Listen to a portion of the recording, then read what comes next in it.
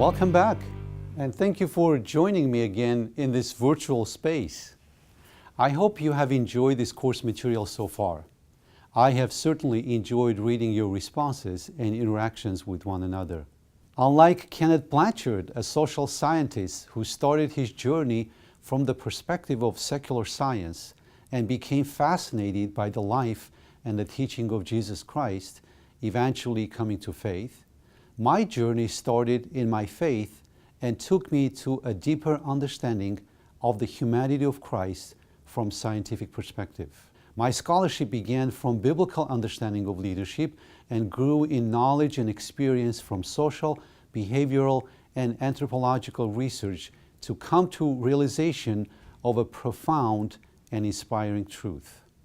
You see, the more I study theories of leadership and followership from social behavioral sciences and cross-cultural perspectives, the more evident it becomes that everything scientists have discovered, taught, or written about leadership and followership, especially over the past 150 years, Jesus taught and modeled to perfection nearly 2,000 years ago.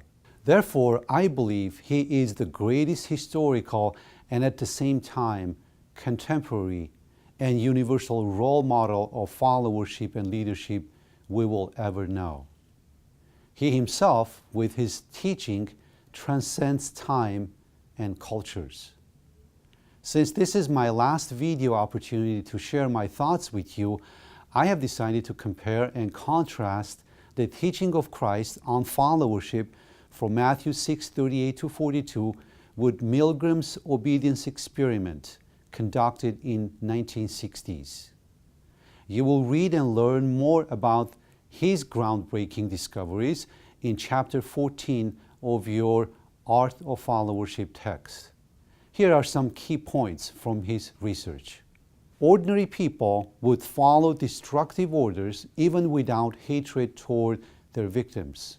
Milgram wrote, "When people accept the legitimacy of an authority that the person in charge has the right to prescribe their behavior and that they in turn feel an obligation to do so, certain internal changes take place."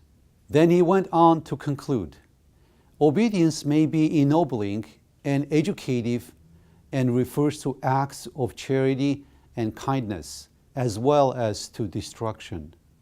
Christ, on the other hand, taught his followers to turn the other cheek, give away their cloak, and go an extra mile, according to Matthew 6:38-42. Did Jesus really call his followers to be doormats? Walter Wink's interpretation of his biblical text has shed very different light on Jesus' teaching.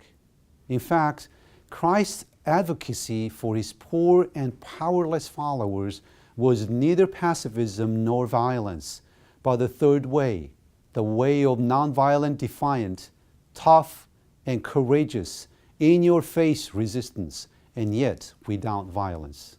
The difference between the message of Milgram's obedience experiment and Christ's command of follow me or his call for obedience was in the messenger. On the one hand, a toxic leader may call for obedience that leads to destruction, such as the atrocities of Nazis, for instance.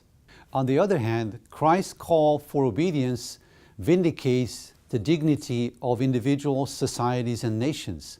Modern-day examples of Jesus' nonviolence resistance are Leo Tolstoy against social injustice and court violence in Tsarist Russia, Mahatma Gandhi against British colonialism in India, Martin Luther King Jr.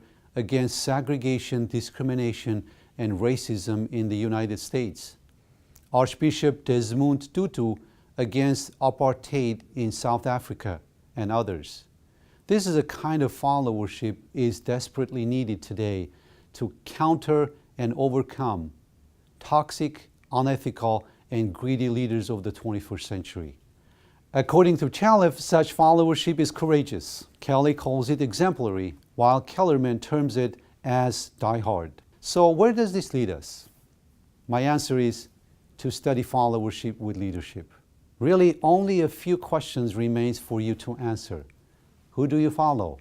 Who is your authority? And whom do you obey? Thank you for your time and attention watching these videos and journeying with me through the topic of followership. I wish you a successful completion of your coursework and encouragement as you answer those critically important questions for yourself. Be always inspired and empowered by Christ's followership and leadership. God bless.